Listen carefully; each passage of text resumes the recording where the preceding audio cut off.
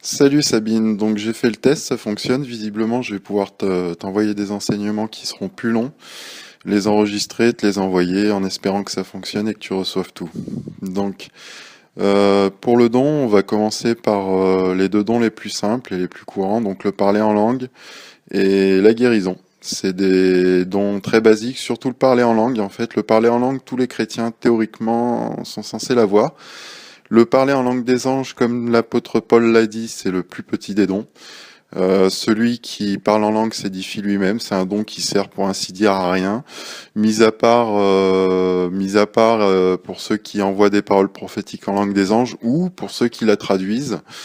S'édifier soi-même, rentrer dans la louange, c'est normal, on le fait chez soi, très bien, c'est parfait. C'est là un signe de bonne sanctification, c'est là un signe que la personne a été oint du Saint-Esprit, comme on en a parlé hier. Et c'est là un signe que la personne marche sur les chemins étroits, donc qu'elle est sur le bon chemin, hein, tout simplement. Donc ce don est très bon et il nous permet d'identifier les chrétiens qui sont en bonne santé spirituelle, bien sûr. Donc en fait, la guérison, c'est un don qui s'adresse justement, c'est pour ça que je parle du parler en langue des anges. La guérison est un don qui s'adresse aux gens qui parlent en langue des anges. Pourquoi? Parce que pour la guérison, en fait, il faut réunir plusieurs critères. Le premier, c'est que la personne qui veut guérir un malade doit être sain, marcher sur le sentier étroit, doit être conforme à la parole de Dieu, c'est-à-dire qu'il doit avoir le vêtement blanc en vision, donc c'est-à-dire qu'il doit être en bonne sanctification, qu'il doit être dans le lieu très saint, pour prendre une autre parabole, et en communication directe avec Dieu, tout simplement. Donc ce don, il est très courant, seulement les gens ne l'utilisent pas parce qu'ils n'osent pas, ou parce que leur foi est trop petite. Comme l'a dit Jésus aux apôtres, hommes de petite foi, pourquoi l'avez-vous pas fait vous-même? Donc en fait, il y a plusieurs conditions à réunir quand même pour le don de guérison, et tout est dans la Bible, hein, j'invente rien en fait. Qu'est-ce qu'on constate dans la Bible? C'est que toutes les personnes qui ont été guéries par Jésus, elles ont fait quoi? Elles ont suivi Jésus. Alors, je vais prendre deux, trois exemples. Par exemple, la femme aux pertes de sang, pour elle, c'était une honte de rentrer dans la foule. Mais elle s'est dit, juste je vais toucher le pan de la robe de Jésus et je serai guérie. Alors du coup, elle s'est frayé un passage au milieu de la foule. Elle a touché le pan de la robe de Jésus et poum, elle a été guérie. Donc, elle a suivi Jésus. Il y a un autre exemple qui est criant, c'est l'histoire de l'aveugle qui a suivi Jésus. Alors, je sais pas si tu sais, mais suivre quelqu'un quand on est aveugle, c'est pas simple, hein. Lui, il l'a fait. Donc, il était aveugle, il a suivi Jésus un temps, et puis au bout d'un temps, Jésus l'a guéri, tout simplement. Pourquoi? Parce qu'il était prêt à la guérison. Il avait suivi Jésus pendant un temps. Il avait cherché Jésus pendant un temps. Et on a aussi un autre exemple, hein, je peux t'en citer des tonnes, hein. On a l'exemple de ce paralytique qui est monté par les toits des maisons, etc., pour se frayer un chemin par la foule. Et puis Jésus lui a dit, relève-toi, il s'est relevé, il a pris son lit, il est parti. Il n'y a qu'un seul exemple où la personne n'a pas suivi Jésus, c'est Jésus qui fait revivre le mort. Là, techniquement, c'est un peu compliqué quand même quand on est mort d'aller suivre Jésus. Mais là encore, on se rend compte d'une chose, c'est que Jésus est allé guérir une personne qu'il avait visitée avant. Il n'allait pas en territoire inconnu, là, Jésus. Il est rentré dans la maison de Marie-Marthe, si mes souvenirs sont bons, et il a guéri il a fait ressusciter cette personne chez qui il était déjà rentré, chez qui il avait déjà mangé, chez qui il avait déjà enseigné. Donc en fait, toutes ces personnes guéries ont ce point commun, ils ont suivi Jésus, ils voulaient faire rentrer Jésus dans leur vie. Et on trouve un autre exemple, par exemple dans Actes chapitre 14, où Paul rencontre quelqu'un qui pouvait être guéri. Donc c'est là que c'est important. Donc pour le don de guérison, c'est simple, à la limite il suffit de passer dans un hôpital, avec des gens qui parlent en langue, bien entendu, et identifier les personnes qui sont prêtes à donner leur vie à Jésus, qui sont prêts à arrêter de suivre des idoles, à à consacrer leur vie à Dieu pour être guéris, il suffit de trouver en fait la personne qui a vraiment envie de transformer sa vie, qui a un cœur repentant, qui a envie que sa vie change et qui sorte de son lit d'hôpital. Donc une fois que tu as identifié ce genre de personne, c'est ultra simple, il n'y a rien de sorcier, c'est même tout bête. Eh ben, on manque de foi aussi, c'est ça le problème, on croit qu'on peut pas le faire, alors qu'en fait c'est le don qui est à la portée de tous. Donc le mieux c'est d'arriver, comme je te dis, dans un hôpital, identifier la personne qui est prête à suivre Jésus, quitte à venir à plusieurs, et avec foi, commencer à remplir sa coupe en faisant des louanges en langue des anges. Et on va prendre un exemple, par exemple, quelqu'un qui a une épaule démie, on lui appose les mains sur l'épaule et on lui dit « guéris au nom de Jésus ». Point final. Bien sûr, c'est un acte qu'il faut faire avec foi. Pourquoi avec foi? Parce que si on n'a pas de foi, ça sert à rien, hein. Ce qui fait guérir, c'est la foi. Alors, pour la foi, et en fait pour comprendre comment fonctionne ce monde, il y a un miracle que Jésus a fait qui passe inaperçu, qu'aucun pasteur n'utilise, parce qu'en fait c'est un miracle qui, à première vue, on se dit il sert à rien. C'est le miracle de Jésus qui marche sur l'eau.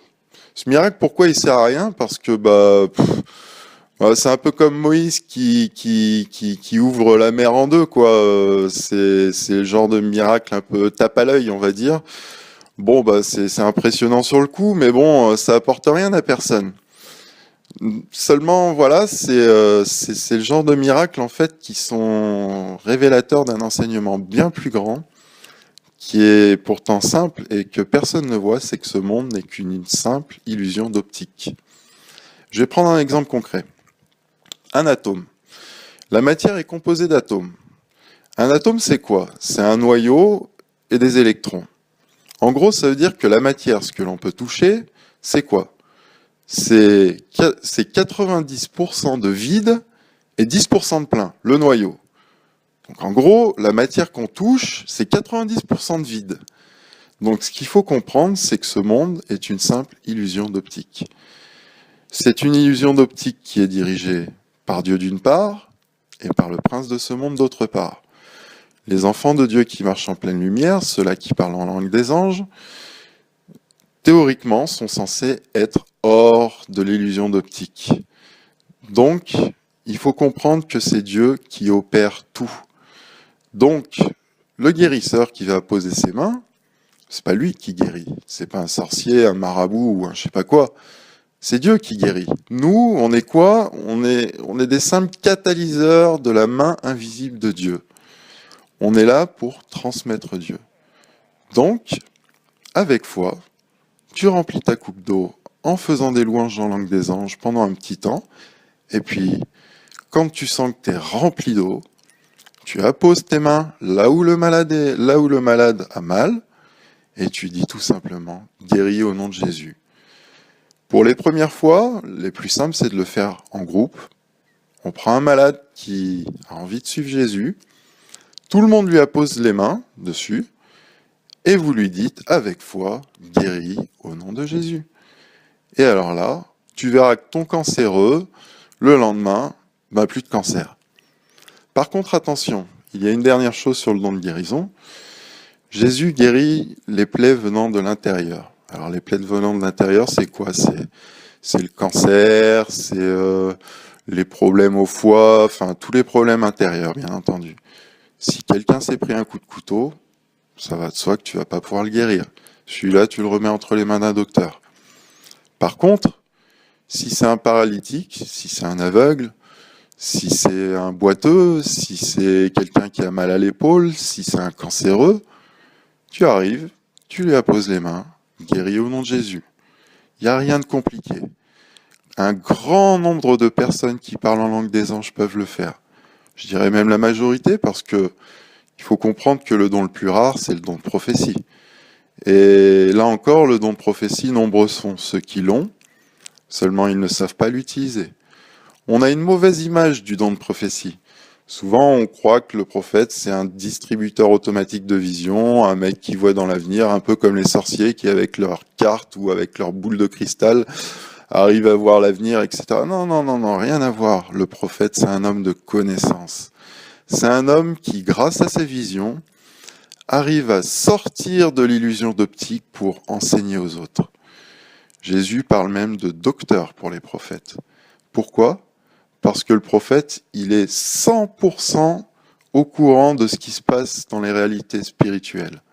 Ses visions lui montrent des réalités spirituelles et non physiques, des événements spirituels et non physiques. Quand on voit un accident de voiture, c'est pas qu'il va y avoir un accident de voiture au sens propre, c'est qu'on va avoir un accident de la vie.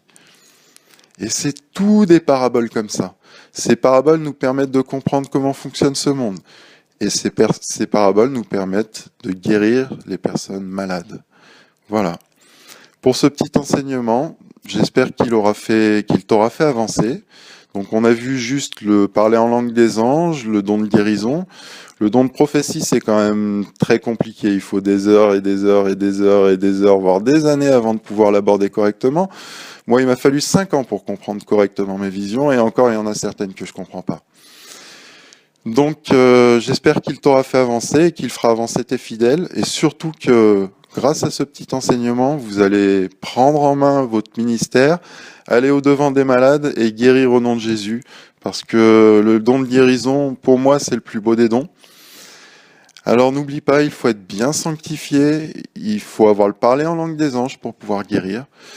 Et cet enseignement ne va qu'aux personnes qui parlent en langue des anges, bien entendu, et qui marchent en pleine lumière sur les sentiers étroits. Tous les chrétiens voient large, tous ceux qui ne parlent pas en langue des anges ne peuvent pas guérir, c'est impossible. Soit ils sont dans l'impureté, soit il y a un problème, il y a un blocage quelque part, quoi qu'il en soit, il faut qu'ils recommencent leur recherche de Dieu. Voilà, bisous Sab, à bientôt.